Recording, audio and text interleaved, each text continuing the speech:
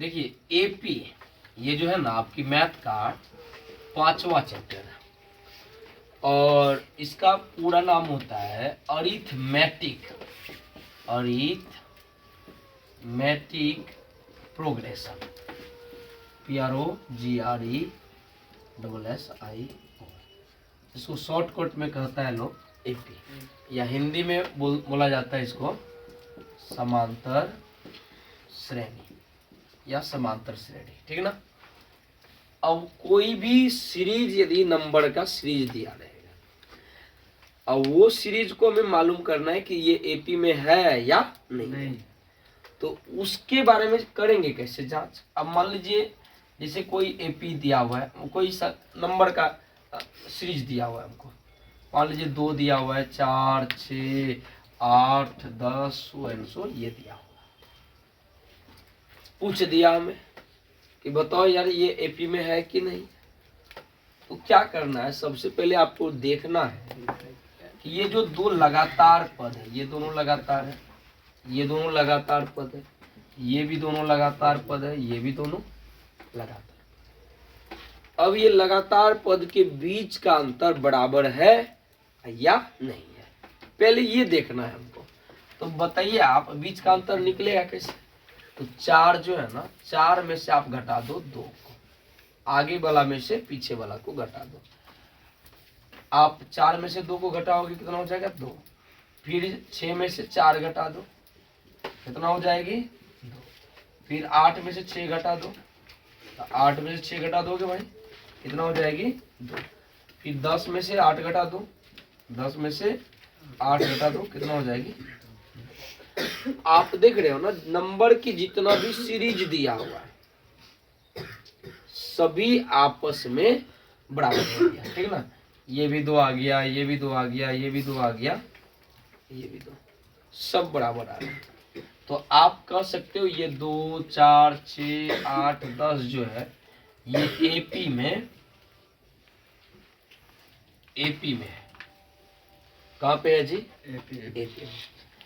तो यानी यहीं पे यदि बराबर नहीं आता, जैसे मान लीजिए इसी में दिया रहता 2, 6, 10, मान लो 12 सो दिया रहता और इसको कहता कि बताओ ये एपी में है कि नहीं है।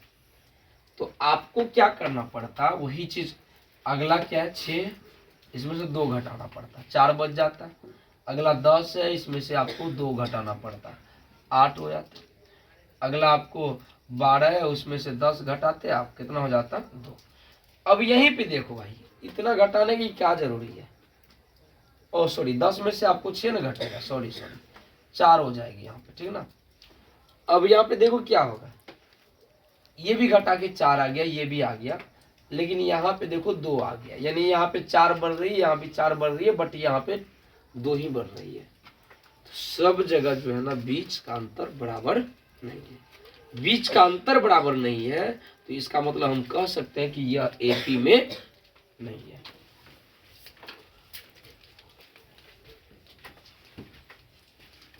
ठीक, देखिए ये तो एपी में हो ही गया ना, ये जो है 2, 4, 6, 8, 10 डॉट डॉट डॉट डॉट, ये एपी में हो गया। अब क्या करना है इसमें, जब एपी में हो गया तो इसको कहा जाएगा एपी का फर्स्ट टर्म यानी पहला पद, सेकेंड टर्म यानी दूसरा पद, ये तीसरा पद हो गया, चौथा पद हो गया, 5वां पद हो, सो बहुत सारा पद हो सकता है। मान लीजिए यहाँ पे दे दिया आपको कितना 50, अब 50 हो गया। ये जो हो गया ना, ये हो गया अंतिम पद। यहाँ पे ये पहला, दूसरा, तीसरा, चौथा, 5वां डॉट डॉट डॉट डॉट अंतिम पद हो गया। तो पहला पद को जो है ना, यानी पहला पद जिसको बोलते हैं क्या, प्रथम पद या पहला पद आप लिख सकते हो इसको, तो इसको कहा जाता है ए। तो ए का मान यहाँ पे क्या हो गया 2। और होता है सार्व अंतर, सार्व अंतर यानी जिसको बोलते हैं क्या, 2 लगातार पदों के बीच का अंतर, यानी 2 लगातार पद, किसी भी 2 लगातार पद के बीच का अंतर ले लो आप। मान लो 2, 4 के बीच का अंतर ले रहे, 4 - 2 कितना हो जाएगा 2। और लास्ट में आप देख सकते हो ना, यहाँ पे क्या है, अंतिम पद है वो अंतिम पद को डिनोट किया जाता है ए एन से, या इसको आप टी एन भी कह सकते हैं।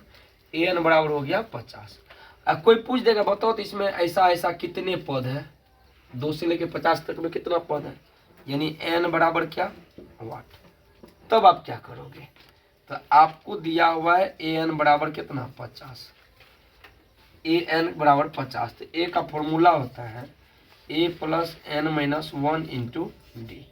आप याद रखिएगा ए एन बराबर होता है A plus N minus 1 into D. ये फॉर्मूला हो गया मैन, यही इसको याद रखिएगा, इसी पे ये यूज हो जाएगा। अब बराबर कितना हो गया 50। इंप्लाइज दैट ए का मान आप देख लीजिए कितना दिया हुआ है 2, प्लस एन का मान तो नहीं दिया हुआ है -1 इंटू डी का मान आप देख लीजिए कितना दिया हुआ है 2 गुना 2 हो जाएगा बराबर 50। इंप्लाइज दैट देखिए 2 प्लस 2 से एन में गुना करेंगे 2n माइनस 2 का 2 बराबर 50। अब देखो 2 में से 2 घटेगा, कैंसिल हो जाएगा नहीं है, यानी कितना हो गया 2n बराबर 50। तो n बराबर 25 दूनी कितना 50, यानी n का मान आपको निकल गया कितना 25। यही हो गया आंसर।